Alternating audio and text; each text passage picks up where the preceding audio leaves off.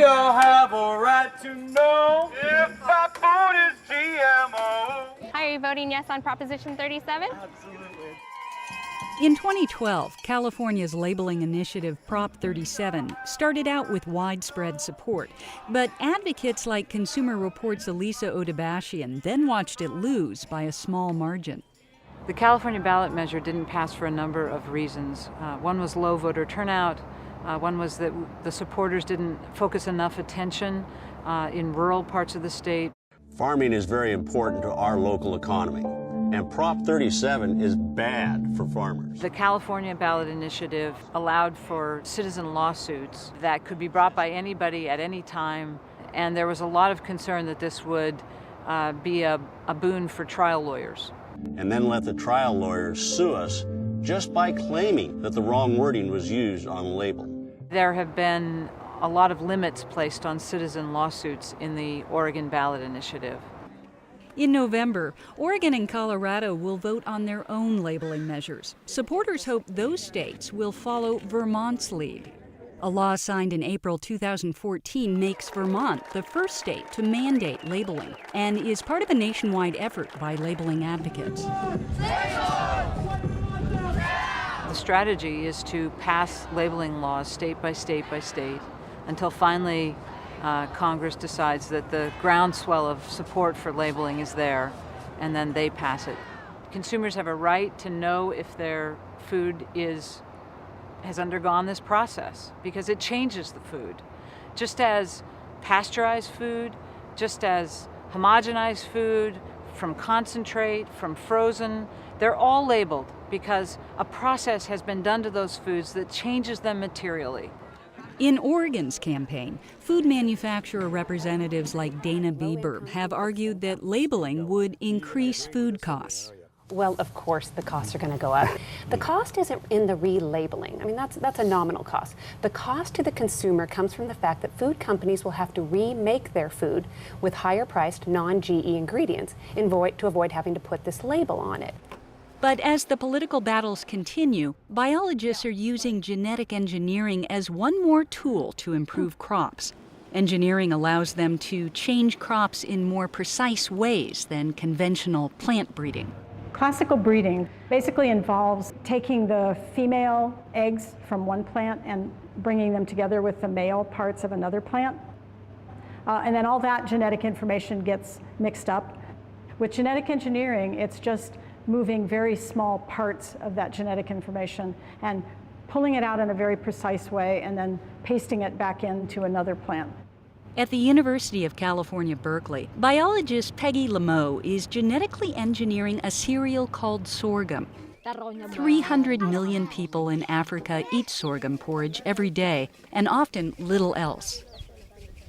But sorghum is difficult to digest. So with initial funding from the Bill and Melinda Gates Foundation, Lameau is tweaking a gene in sorghum seed so that it produces 20 times more of a protein that makes the plant more digestible.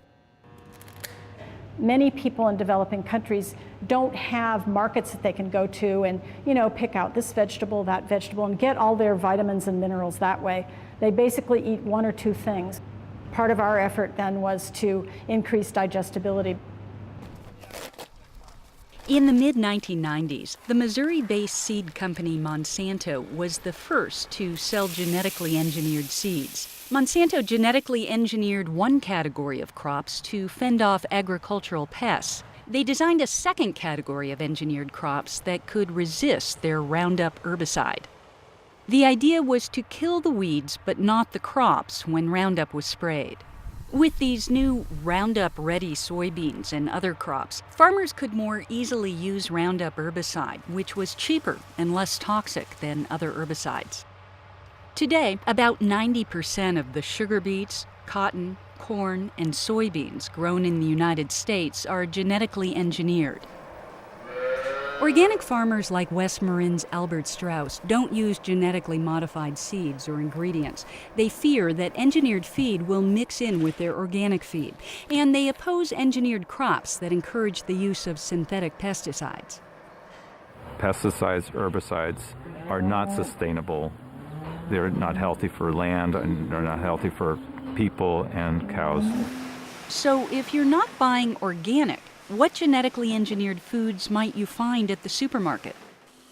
Some soybeans, corn, and sugar beets end up in snack foods, soda, and cereals.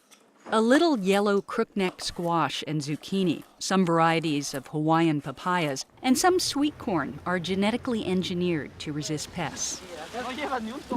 And 20 years ago, scientists also engineered a tomato, this time to satisfy the consumer's palate. The Flavor Saver was created in Davis by a biotech company called Calgene. The goal was a tasty tomato that would remain firm for transportation. The tomato was labeled and popular, but it wouldn't stay firm on the vine, and the venture was short-lived. The tomato was important because it was the first genetically engineered food to be taken to the FDA for approval, says Belinda Martineau, who worked on the project. The company wanted to show the tomato was safe. That was the bottom line. Oftentimes, using this technology, a dozen genes or half a dozen genes will be inserted at various places in the tomato genome or any plant genome. So the potential there was that the gene could land in a tomato gene and disrupt it, thereby mutating it. Genetic alterations could, for example, lead to a spike in unwanted plant chemicals that could cause health problems. So biologists look in each plant to see if any genes were disrupted. If anything looks odd or different or looks like it might have an issue, then we don't use those plants. So we choose those that we're confident that they're not going to cause changes to the food quality or the food safety. But labeling advocates say that if an allergen were ever released, there wouldn't be a way to trace it unless genetically engineered foods were labeled. Without labeling, they will have no way of knowing or tracing their negative health impact to the food they're eating. The World Health Organization and the U.S. National Academies have stated that the genetically engineered foods available today are safe to eat. I have personally gone through the safety studies that are available to look at on the crops that are out there now. And my conclusion was, from looking at those, that I did not see any indication that there were health safety issues associated in a specific way with any genetically engineered food or crop that's out there now. Companies that sell genetically engineered seeds in the United States need approval from the EPA and USDA for most seeds. They also regularly go before the FDA, though that process is voluntary, which has drawn criticism. We think that's not enough. We think an unbiased governmental body should be looking at the safety of these foods before they reach the marketplace. From the studios of Vermont Public Television. In Vermont, the Grocery Manufacturers Association is suing the state over its new labeling law. Reporter Emerson Lynn says food companies fear losing customers. What concerns the manufacturers, the grocery people, is that you're going to have people walking into grocery stores, and you've got the people who are labeling their products GMO and then non-GMO, which invites people who haven't really paid a lot of attention to the issue to wonder whether or not one's better than the other. With the threat of similar lawsuits looming, Oregon and Colorado will vote on labeling this November.